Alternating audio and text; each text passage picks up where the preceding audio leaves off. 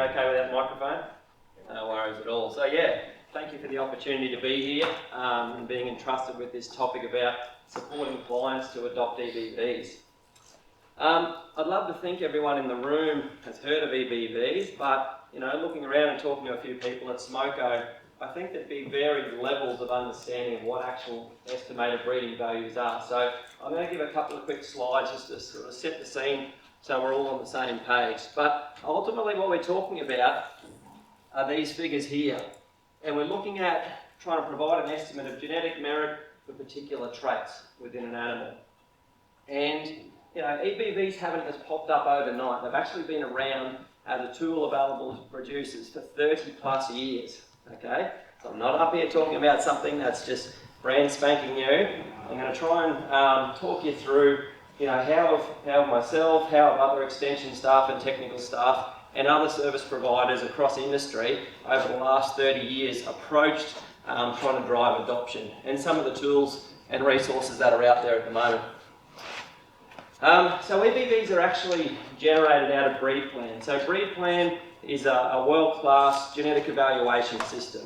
It was developed here in Australia, so we're very proud of that. Developed down in Armidale with AGBU, which is a joint venture of New South Wales, DPI and UNE, and there's funding from MLA. And the commercial licence holder is ABRI. So whilst I've been on secondment for the last 4.5 years with TBTS, I've been getting paid by ABRI and had the luxury to head down to Armidale a few times. But one of the things about EBVs and Breed Plan is that it's not just happening here in Australia. It's right around the world now. So it's utilised in about 14 countries. You can have a look at some of the stats up there, but like 14 million animals used across 40 different breeds. So please know that it's not just happening in-house. All these figures are also being utilised around the world. Now, I've been thinking about this for a little while, and there's so many different things we can talk about into why this tool's been around for 30 years, it's a free tool, why hasn't it been adopted by producers, okay, in the north? Why the adoption rate so much lower up there compared to down south? And just to touch on a couple of points here, is around that producer perception.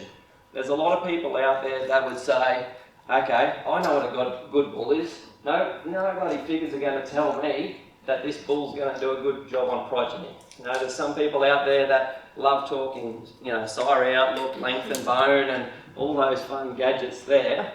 But really when they start to look at the figures, some people you're just never going to change. And I think that's probably one of the big things to think about when we're talking about EBVs. Obviously, the show scene is that. Show scene as well. Plenty of ribbons being won over the years. And next thing those bulls become the big money makers and the ones that are selling for really high prices for semen straws. But thinking about that next point around data integrity. So everyone wants to put things down and say, oh, they're all cheating the system, and they all try and cheat it. They all put 50 kilos on to make their figures look better. Actually, what happens if someone was to actually go and put 50 kilos on their 50 weaners they put into the system? All that really does is actually increase the average of that contemporary group. So it might be 250 kilo average for that group, but then with the 50 kilos it just takes it up to 300. And then it just looks at the relativeness of those individual animals within that group to say, were they better or worse than the average? So, there's checks and balances in place, there's outlier reports, there's lots of different things to ensure that you can't cheat the system. And then around EBV accuracy, everyone goes, back at school, 50% accuracy, unless it's better than that, it's just worth nothing, okay? So we've got to really try and think about how we talk about accuracy. Even if an accuracy is 30-40% accuracy versus 90%, it's still actually the best estimate of that animal's genetic merit for those particular traits. What it means though is that those lower accuracies, as more data comes into the system on a monthly basis, with those lower accuracy, there's the ability for that EBV to change, get better or actually get worse. We're only ever getting the phone calls when they got worse, okay?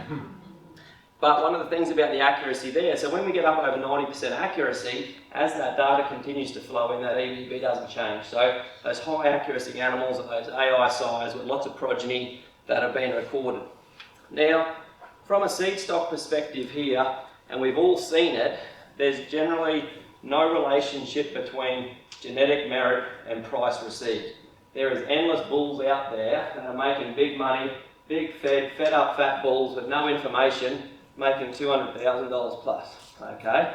That's happening out there. And so there's also seed stock producers, and I've been lucky enough to work with both commercial and seed stock the last few years with my role, and it's interesting to hear why some people have actually gone away from EBVs. Because it takes a lot of blood, sweat and tears, and also financial finances are involved to actually get EBVs into the system. So they're putting all this effort in, but then their client base aren't actually looking at the figures, and so they're going, why the bloody hell are we even doing this? And they go away from it. And especially during drought times, we've seen that happen. So that's why we're going to try and get that adoption of the commercial guys, understanding it, believing in it, and actually going to the marketplace and paying for those animals with the good genetic merit. So I don't want to be all doomy gloomy, that last slide about why adoption isn't high. There's actually been some amazing cases of adoption within Northern Australia. From a commercial perspective, up the top right there, you've got Russell Lethbridge, based up near Ironsley, been on the EBV bandwagon for a long, long time, and that's on the MLA Genetics hub as a case study there, a really good case study, to be able to say, well, okay, we've got on the wagon, we've utilised this tool as part of the whole process to drive weaning rates up, drive turn-off weights, and also contributed to the breeder mortalities there.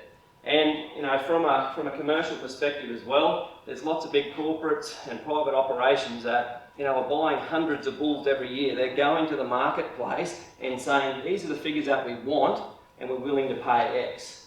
Paraway is probably a really good example of someone who's moving and shaking the industry and actually swapping seed stock operators because they're actually delivering the EBVs that they want, okay? Up in the top left there, we've got the genetic trends of a seed stock producer from down south, a real mover and shaker, and this is the sort of information that's available. If you ask the question of these breed plan members, you can actually ask them, can you show me your genetic trends for these particular traits?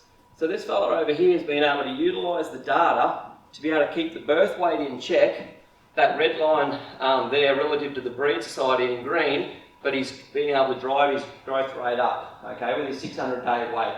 He's also been able to drive days to calving down, which we want, a more negative figure, and in terms of profitability down that bottom right, he's been able to drive that profitability. So utilising the figures to take his herd forward and make genetic progress. So yeah, there is lots and lots of success stories out there, and there's lots of amazing work that has been done by extension staff, technical staff, service providers for many, many years. Like I've only, been in professional since 2009, but there's people been working on this from when it all started, okay? So please know that.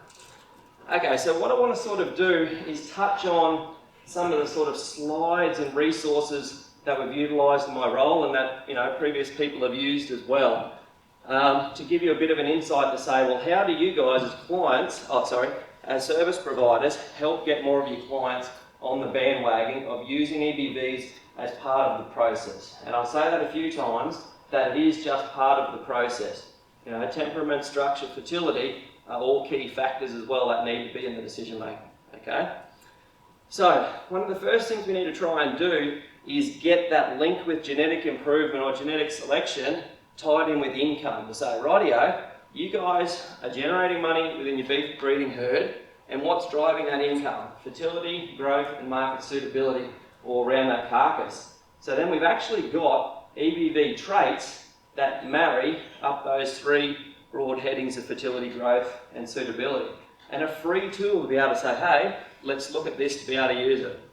And I think one of the big things we need to think about is trying to get across to people about the long-term impact of their sire selection decisions, okay? If a guy uses a bull for 5 years in his herd and then he keeps those daughters for another 10 years, those bulls, or that bull, is impacting the business directly for 15 years. So you're trying to say to people, rightio, you can blame the bloody fellas before making the bull decisions about what's happening now, but try not to reflect on the past. Think about, okay, going forward, this is what we want to do. We want to make use of the tools to be able to improve fertility, growth, and carcass. So think about a positive story going forward. At these multi-vendor sales, you see bulls from 700 kilos to 1,000 kilos. You see 20-month bulls through to 36-month-old bulls. And obviously, that's contributing to what those bulls look like when they're standing there in the ring, okay? What we need to try and get across to people is that it's this, in genetics, that is set at conception and that is getting passed on to the future progeny, okay? It's not the extra weight put on because they've been on a feed bin since they were weaners, okay? And so depending on if they're out of a 3-year-old mother or a 6-year-old mother versus a 2-year-old mother, if they've been on an oats crop versus a grain bin versus grass only, those sort of environmental things are going to influence what they look like. But please reiterate to people that, hey, it's the genetics getting passed on. And the influence of genetics on that phenotype or those physical attributes and performance. So when we talk about heritability, it's really about that how much variation is due to genetics, okay?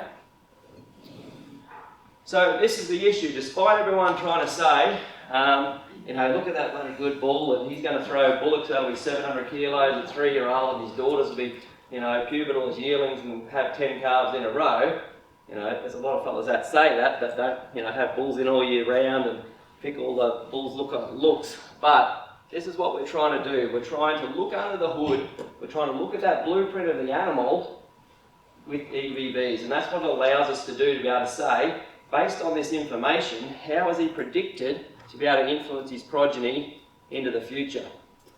Now, some particular people go to a particular breed because they think, I've heard Angus are really good, I've heard Brahman are good, Sam are grouty, Speckle Park, whatever it might be. But a lot of the times they actually forget about the variation that exists within each of those breeds.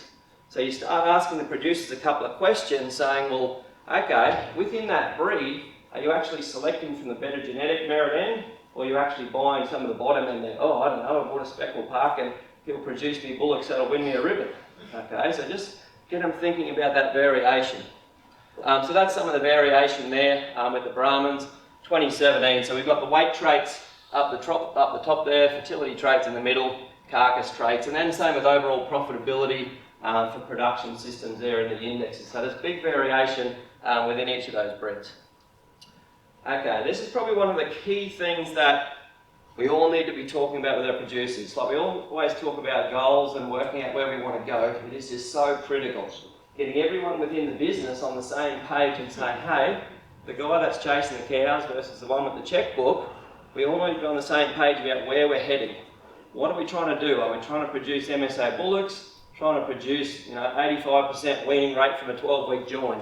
Where are we actually headed? But knowing where they're really at now. So tease out with these people that you're working out, what are they actually trying to do, and are they all on the same page? Because really when you do that exercise, they start to go, well, okay, these are the traits of importance for my business. Now I can go start looking at the EBVs and put that sort of data into the system, and I'll show you how to do that. Okay, a couple of very quick technical things here, but this is a sort of slide that we utilise with people. So people always say, well, okay, how do they actually calculate these EBVs? So what happens is stud producers go and record these different traits at different stages. So for weight, for example, at 200, 400, 600 day. And to actually know what traits have been measured on that particular animal themselves, this is what we can see here in this traits observed. So 2, 4, 6, scrotal, and also genomic. So DNA on that animal has gone into the genetic evaluation, okay? So that's how you can see traits analysed, what's been measured on that animal himself, okay? So the animal's performance, how do they stack up to animals within his same contemporary group? So similarly aged animals on the same tucker, okay? That's how you can remove the environment and compare apples with apples, okay?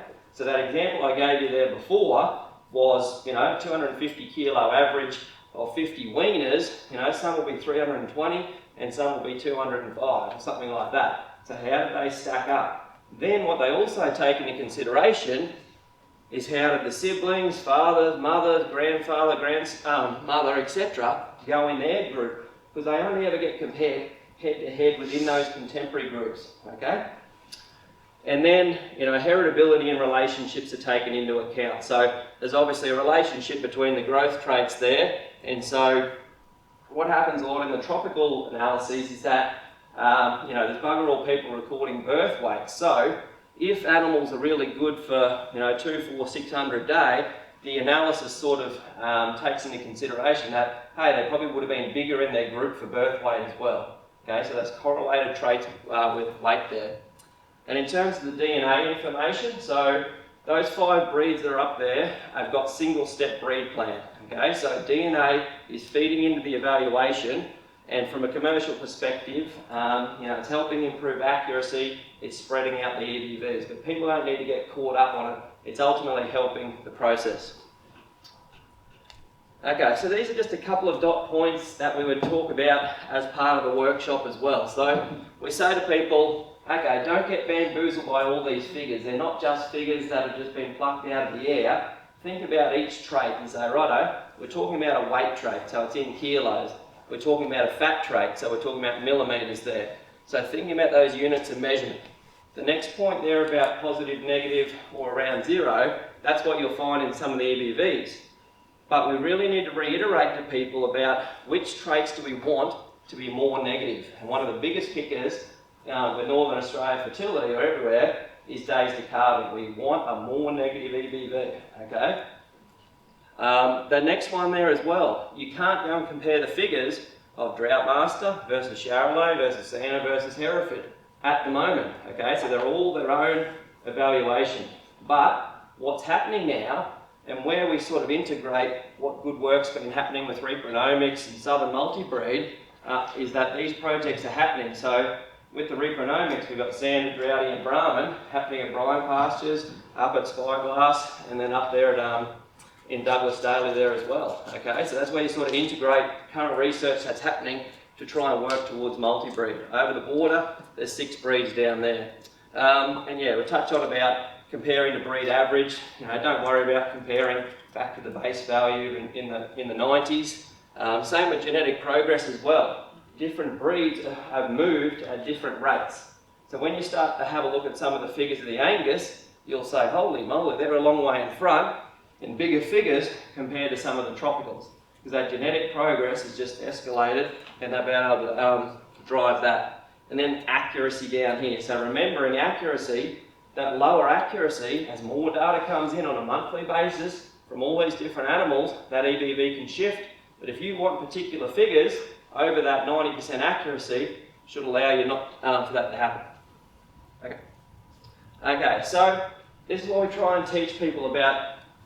Let's say there's 2 bulls, good structure, temperament, semen, etc. How do we say what's the influence of those 2 bulls going to be? Which one's going to produce better progeny and heavier progeny by how much? So we always look at the difference between the 2, divided by 2, just because we're looking at the size there. So on average, we're saying, that top bull with the better genetics should have progeny at 600 days of 10 kilos heavier. And some people look at you and go, oh, Tim, you can do simple maths, good on you, mate. But this is where you start integrating proof of profit slides. So figures have been around for 30 years, there's been plenty of demonstrations, research programs, etc., bin projects, and this is where we look at all these different examples of different locations, different breeds, different years, different traits. I could show you 40, 50 slides like this, but ultimately, difference between 35 divided by 2 because of just looking at size, so expected these ones to be 17.5 kilos out of better genetics, and they came out at 17. And you can see the eyes on the cocky sitting in the room going, oh, yeah, right, we better sit up and listen here. Okay, so integrate a lot of these proof of profit slides into your show. Different trait now, eye muscle area. If you want to use bulls with better genetics for EMA, expected difference and actual difference there. There's tip sheets with TBTS, SPTS that have been put together over time. Do these really work? There's case studies of these different projects that have got some good data like that. The Angus world. So Angus Australia are running some good programs and got some really good educational stuff. This is how they've promoted their program to producers. So they've actually looked at the top 10 bulls and bottom 10 bulls, whereas the Other ones we're looking at top 5 and bottom 5 there. So again, it's these sort of proof of profit, expected difference in the progeny and the actual difference in the progeny that's really getting a lot of people over the line that I've found. So you can see pretty damn close both of those columns for a range of those different traits. So really good stuff there on the Angus website. Just a quick one about the process. So, you know, I've spent a lot of time on farm over the last few years and given a lot of presentations, and this physical process of taking people through about how to actually use breed plan and internet solutions to look at these bulls and find where they are. Everyone in this room has the ability to do what I'm about to show you right now, okay? And following today, this is the chance that if you want to learn more how to do this, reach out. Like, that's one of the biggest things. We scroll down to all the different breeds and we might just go and look up Sander. So we're going to go on to Sander here. And this is what we call internet solutions, okay? So on here, and this is what you can sit down with your cockies and do, you can go and type in bulls that they've bought, either their name or their ID. You can go and look up males. You can go and look up the 2020 males right across the system. You can go and look up particular sale catalogues and say, right, here's 200 bulls. I want to only look at bulls with these particular EBVs and let's search and sort them out, okay? Same with the member inquiry. Some people say, well, who are the breed plan members within Sanders, and go and look them up. So that's what we call internet solutions there. But this is the key kind of table, okay, as part of internet solutions, where we've got all the traits over on the left, minimum, maximum column, and then the breed average over here on the right.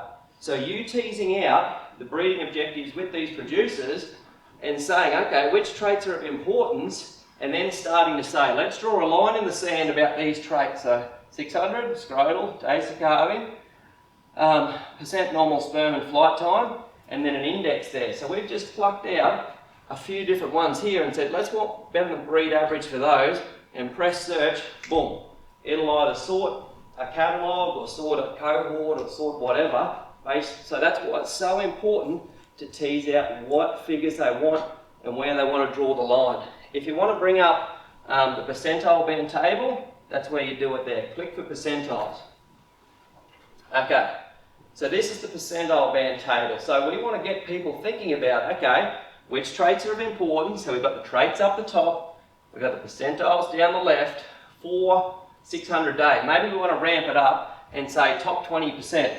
So we come here and say, right, we're now going to put 34 in that minimum for 600 day.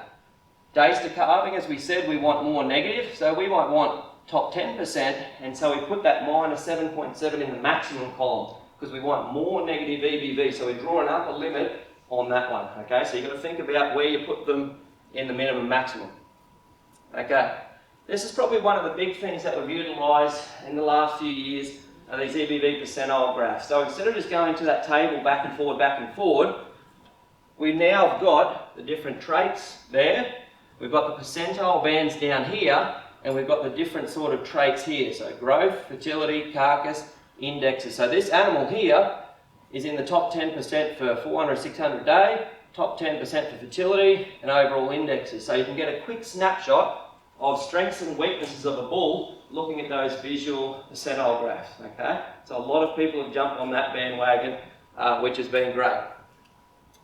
Okay, once again, there's tip sheets that are out there that are being produced. I've got some outside there for you to pick up if you want on interpreting those graphs. This information already exists. You don't need to go and create it. It's sitting there for you to get your hot hands on.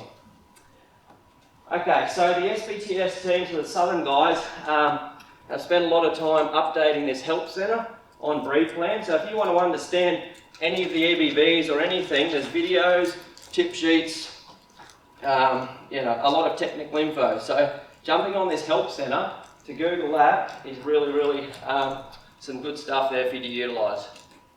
You know, there's other websites, TBTS website, SBTS website. You can go and look up the updates that get put out. Tech notes there as well. You know, having a presence there on Facebook, having a discussion group, having Twitter, having, there's a range of things that you can jump on to continually get upskilled in what's happening in the genetic space. Angus Centre, Angus Education Centre.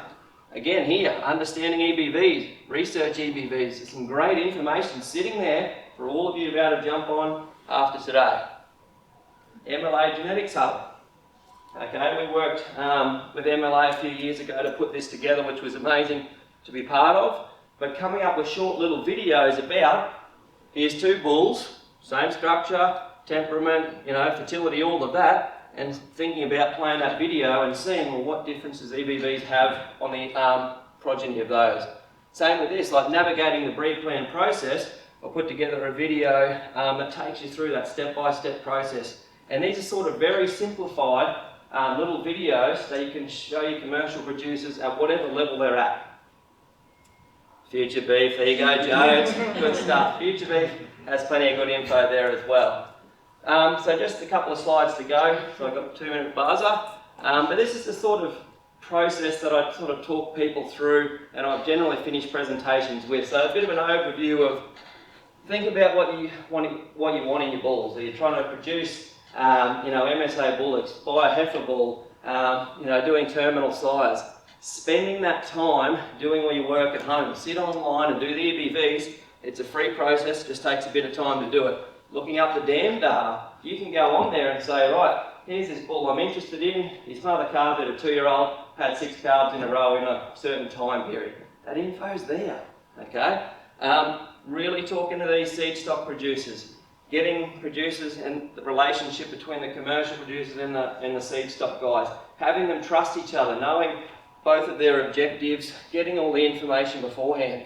Because really, I see it all the time. People going to bull sales and they've got pages going everywhere. If we can try and be more prepared and purely looking at temperament and structure, you should have all your bulls listed already on figures, done all the semen data, then concentrate on that because you're going to get distracted with someone with a steak burger. Couple of slides there just to finish on. So, don't go out there and just spruik EBVs and nothing else. Like always try and integrate it as part of a whole of business discussion. Try and do that all the time. I've spoken about, educating commercial guys. We want the commercial guy upskilled so they can go to the seed stock guys and say, hey, we know a bit about this. Have you got this and this and this? Because this is where I want to go with my business. And if not, you want to try and encourage them to actually, think about, well, maybe if I can't get what I need here, do I need to go elsewhere? Spending that time with cockies on farm and having those late conversations, like building the rapport and trust with them.